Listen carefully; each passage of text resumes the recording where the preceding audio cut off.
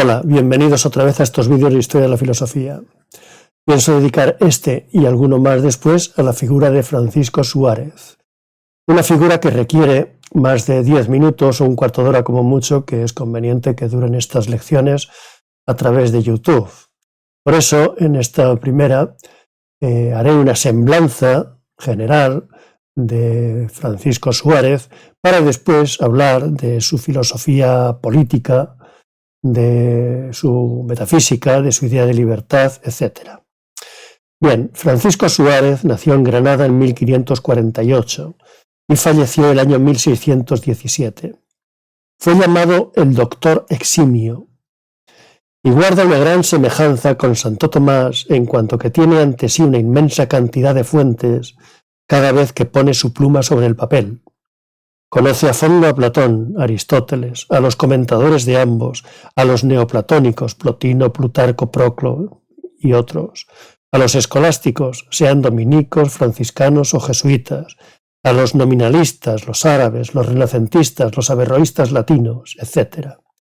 A todos cita profusamente, a todos trata con respeto y de todos acepta ideas después de hacerlas pasar por el tamiz de su propio pensamiento.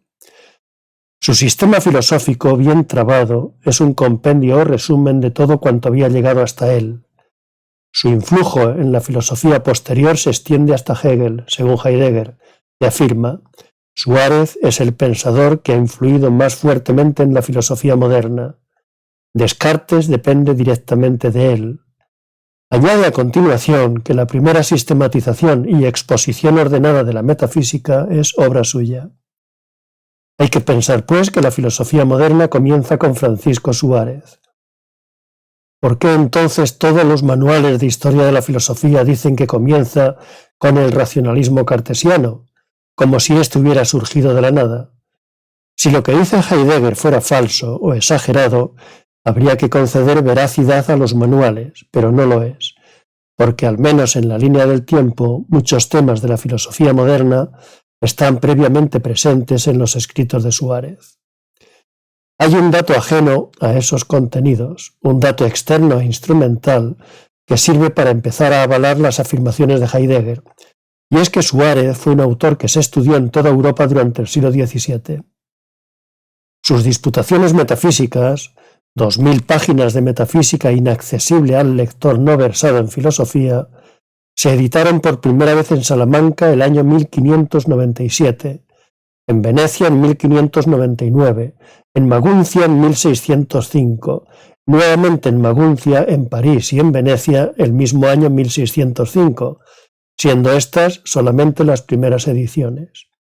Más tarde vendrían otras, que llegarían hasta 17 entre 1597 y 1636, Téngase en cuenta que para la época, y tratándose del tipo de escritura que ahí se contienen las disputaciones metafísicas, ese número de ediciones es un número muy elevado.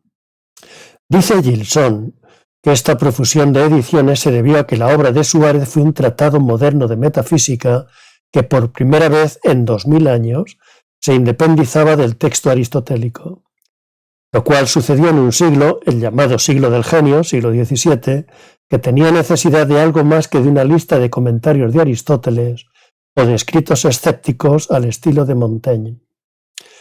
Hay una línea alemana que converge en Leibniz y Wolff, que revela cómo las ideas de Suárez y otros filósofos jesuitas, los llamados filósofos de la Contrarreforma, se estudiaban no solo en las universidades católicas, sino también en las protestantes, porque descubrieron pronto el superior andamiaje de la filosofía de los jesuitas y trataron de pertrecharse de argumentos contra sus adversarios.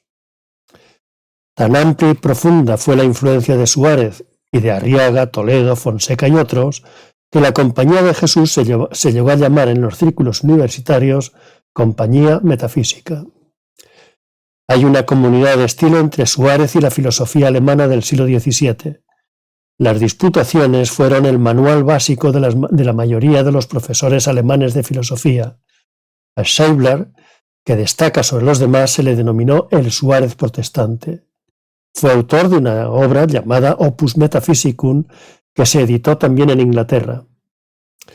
Hay otra línea que pasa por los filósofos racionalistas, comenzando por Descartes, que se educó en La Flèche, con maestros jesuitas que seguían la escolástica española y es seguro que estudió a Suárez.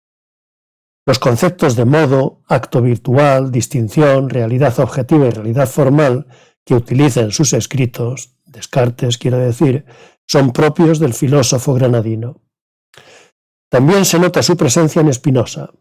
Ferrater Mora afirma que la filosofía oficial de los Países Bajos no fue otra que la que se había practicado desde Fonseca a Suárez. Otros estudiosos añaden que también Malebranche, en su idea de Dios, hereda la de Suárez. Incluso Berkeley le sigue en el asunto del conocimiento divino. La línea alemana y la racionalista confluyen en Leibniz, quien para perfilar su idea de la libertad tuvo en cuenta la polémica de Auxiliis y dio la misma solución que Suárez. Wolff, por último, reconoció explícitamente su deuda con Suárez, de quien dijo que era el que con más profundidad había pensado la metafísica. Como en Leibniz, se nota el peso del jesuita en su concepción de la posibilidad y la existencia. Y hasta aquí llega la semblanza de este filósofo granadino, de Suárez. Buenas tardes, amigos.